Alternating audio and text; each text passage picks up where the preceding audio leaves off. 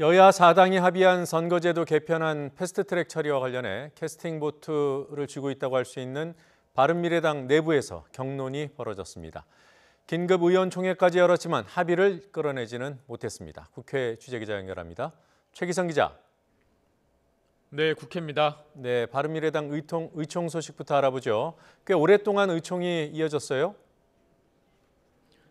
네, 바른미래당은 오전부터 비공개 의총을 진행해 5시간 정도 당내 토론을 이어갔습니다. 선거제 패스트트랙 처리를 두고 김관영 원내대표가 의총 추인이 필요 없다고 언급한 것을 두고 옛 바른정당 출신인 유승민 의원을 포함한 8명이 의총 소집을 요구한 건데요.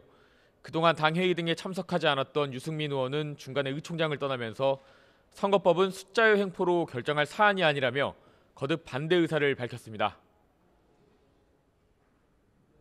특히 선거법은 이거는 게임의 규칙에 관한 문제이기 때문에 과거 어떤 이 다수 여당이 다수당이 있었다고 하더라도 이 문제는 꼭 끝까지 최종 합의를 통해서 했던 게 국회의 오랜 전통이었는데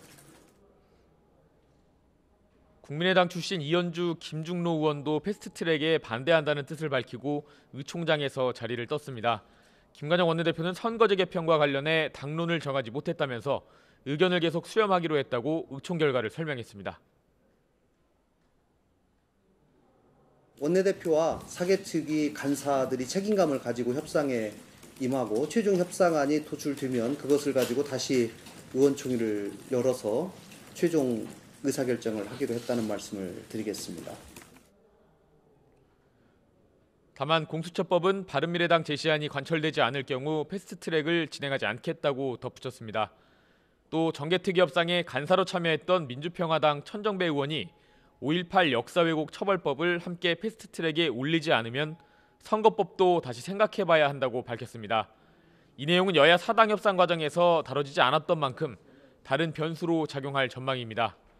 선거법과 공수처법, 검경 수사권 조정 법안 패스트트랙 처리와 관련해 더불어민주당과 정의당은 내부 조율에 큰 무리가 없는 상황입니다.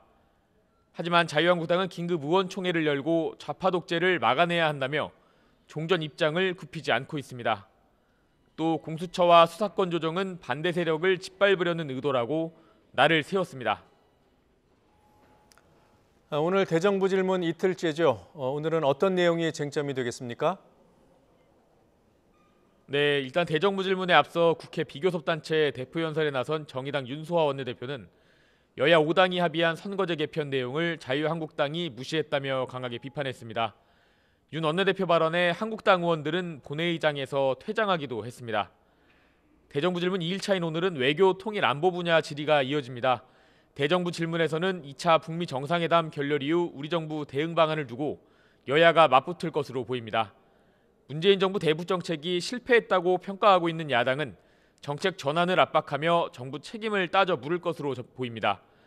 여당은 정부의 북미 간 중재와 대화 촉진 중요성을 강조하면서 야당의 협조도 촉구할 것으로 예상됩니다. 정부 측에서는 이낙연 국무총리와 강경화 외교부 장관, 조명균 통일부 장관 등이 참석합니다. 대정부 질문에 앞서 국회 운영위에서 여야 의원들은 김하중 국회 입법조사처장 임명 동의안을 가결했습니다. 지금까지 국회에서 전해드렸습니다.